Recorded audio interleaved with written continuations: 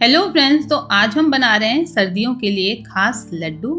ये लड्डू ऐसा है कि इसे आप अगर रोज एक खा लेते हैं तो पुराने से पुराने जोड़ों का दर्द, हड्डियों का दर्द, कितनी भी थकान या कमजोरी हो, सबको दूर करता है। और ये लड्डू हम बनाएंगे बिना चीनी या गुड़ के। प्रोटीन और विटामिन से भरपूर ये लड्डू बहुत ही ज्यादा फायदेमंद है और इसे आप बच्चों से लेके बड़े तक सबको दे सकते हैं। तो चलिए इसकी रेसिपी देख लेते हैं। तो इसको बनाने के लिए सबसे पहले यहाँ पर हम बादाम ले लेते हैं और बादाम यहाँ पर मैंने आधा कप ली है। इस लड्डू में ड्राई फ्रूट्स की क्वांटिटी आप अपने हिसाब से कम या ज़्यादा कर सकते हैं, यानी कि अगर आपको ज़्यादा ड्राई फ्रूट्स चाहिए तो आप ज़्यादा भी ऐड कर सकते हैं, या फिर अगर आप कम डालना चाहते हैं तो आप कम भी डाल सकते हैं। अब देखिए, बादाम को हम कुछ इस तरह से काट लेंगे। यहाँ पर मैंने थोड़ा मोटे टुकड़े में इसे कट किया है। अब इसके बाद में हम आधा कप काजू भी ले लेते हैं और उसे भी हम कुछ इस तरह से कट कर लेंगे।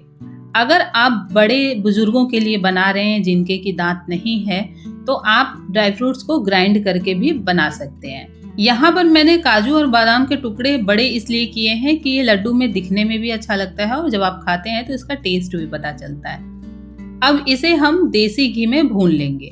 तो इसे बहुत ज़्यादा हमें नहीं भूनना है, 1 से 2 मिनट के लिए हम भूनेंगे। अगर आप चाहें तो इसमें अखरोट भी ऐड कर सकते हैं। अब जब काजू बादाम भून जाएंगे, फिर इसमें हम डाल देंगे किशमिश और इसे भी लगभग 1 मिनट के लिए हमें भूनना है।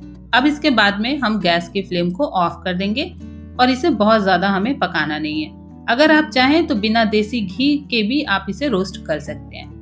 अब इसे हम एक बर्तन में निकाल लेते हैं। इस लड्डू में आप ड्राई फ्रूट्स अपने हिसाब से डाल सकते हैं, यानी कि आपको जो भी ड्राई फ्रूट्स पसंद है आप इसे डाल दीजिए और जो नहीं पसंद है आप उसे स्किप कर दीजिए। अब उसी कढ़ाई में हम ले लेंगे पंपकिन सीड्स, यानी कि कद्दू के बीज, और साथ में हम ले लेंगे सनफ्लावर सीड्स और इसे भी हम भुनेंगे। तो इसे हम घी में नहीं भुनेंगे, इसे हम इसी तरह से रोस्ट कर देंगे। ये हमारे लिए बहुत ही ज़्यादा फायदेमंद होती है। ये सीड्स वेट लॉस में भी फायदेमंद है, तो अगर आप वेट लॉस कर रहे हैं तब भी आप ये लड्डू खा सकते हैं। अब सीड्स भी हमने भून लिया है और उसे एक बर्तन में निकालने के बाद में सेम कढ़ाई में हम ले लेंगे अलसी और इसके साथ में हम डालेंगे सफेद तिल। तो अलसी यहाँ पर मैंने 1 कप ली है और सफेद तिल हम आधा कप लेंगे। इसकी भी क्वांटिटी आप अपने हिसाब से कम या ज्यादा कर सकते हैं, यानी कि अगर आपको तिल ज्यादा पसंद है तो आप तिल इसमें ज्यादा ऐड कर सकते हैं। अब इसे हमें भूनना है और जब ये भूनने लगेगी ना तो ये चटकने लगेगी, तब आप समझ जाइएगा कि आपके अलसी और तिल जो है वो अच्छी तरह से भून चुकी। और इसे अच्छी तरह से भूनने के बाद ही आप इसका लड्डू बनाइएगा। ये कच्ची नहीं रहनी चाहिए, नहीं तो फिर लड्डू अच्छे नहीं बनेंगे। अब देखिए, यहाँ पर इसे हमने भून लिया है और अब हम गैस की फ्लेम को ऑफ कर देते हैं और इसे हम ठंडा होने देंगे। जब सारे सीड्स ठंडे हो जाएंगे ना, उसके बाद ही हम उसका लड्डू बनाएंगे। तो इसको हम एक बर्तन में निकाल लेते हैं और इसे थोड़ा सा ठंडा कर लेंगे। अब इसके बाद में हम ले लेते हैं ग्राइंडिंग जार और इसमें हम डाल देंगे सीड्स। तो यहाँ पर इसे हम थोड़ा सा दरदरा पीसेंगे, एकदम बारीक नहीं पीसेंगे। लड्डू में जितने भी ड्राई फ्रूट्स या सीड्स मैंने डाले हैं उसे दरदरा ही पीसा है, एकदम बारीक नहीं किया है। और मैंने पहले भी बताया था, अगर आप बड़े बुजुर्गों के लिए बना रहे हैं जिनके दांत नहीं है, तो उनके लिए आप इसे एकदम बारीक पीस करके बना सकते हैं। इस तरह से ग्राइंड करके डालने में ना लड्डू में ड्राई फ्रूट्स और सारी चीजें दिखते भी हैं और खाने में भी अच्छा लगता है। अब देखिए, अब इसके बाद में हम अलसी और तिल को भी ग्राइंड करेंगे। इसे हमें पूरी तरह से ग्राइंड नहीं करना है, इसे भी हमें दरदरा ही पीसना है। अगर आप इसे बहुत ज्यादा बारीक करने की कोशिश करेंगे ना तो अलसी और तिल जो है वो दोनों चीजें जो है तेल छोड़ने लग जाती हैं, तो उस केस में लड्डू अच्छा नहीं बनता है। अब देखिए, यहाँ पर भी इसे मैंने दरदरा ही पीसा है। ये देखिए, जैसे तिल के 2 या 3 टुकड़े हो जाएं, इतना हमें इसे ग्राइंड करना है। अब इन सारी चीजों को ग्राइंड करने के बाद में हम चलते हैं गैस की तरफ।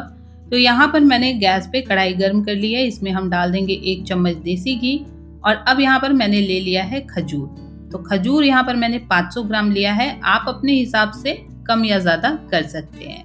अब खजूर को हम डालेंगे कढ़ाई में और इसे हम थोड़ा सा भुनेंगे। इसे बहुत ज्यादा पकाने की जरूरत नहीं है। घी मैंने इसलिए डाला है ताकि खजूर जले नहीं, तो इसके लिए आप थोड़ा सा घी जरूर से ऐड करिएगा और इस तरह से लगातार चलाते हुए इसे हम सॉफ्ट कर लेंगे। फिर आप देखेंगे ना कि खजूर हमारा एकदम बढ़िया से मिक्स हो जाएगा। ये देखिए, कुछ इस तरह से। अब यहाँ पर हम गैस की फ्लेम को ऑफ करते हैं और इसे हम थोड़ा सा ठंडा होने देंगे। अब यहाँ पर एक बड़ा बर्तन लेते हैं और जितनी चीजें हमने ग्राइंड करके रखी थी वो सारी चीजें हम इस बर्तन में डाल देंगे।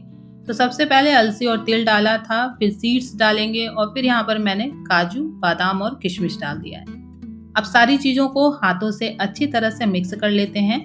इसके बाद में हम इसमें खजूर ऐड करेंगे। तो इस लड्डू को बनाने में मैंने गुड़ या चीनी का यूज नहीं किया है। अगर आपके पास खजूर कम है तो आप थोड़ा सा उसमें खजूर डालें और ऊपर से थोड़ा सा गुड़ भी मेल्ट करके आप इसमें डाल सकते हैं और सारी चीजों को मिक्स करके आप इसका लड्डू बना सकते हैं। तो इस तरह से आप दोनों हाथों से सारी चीजों को मिक्स करें, क्योंकि खजूर है थोड़ा सा थिक होता है तो उसको मिक्स करने में थोड़ा सा टाइम लगता है।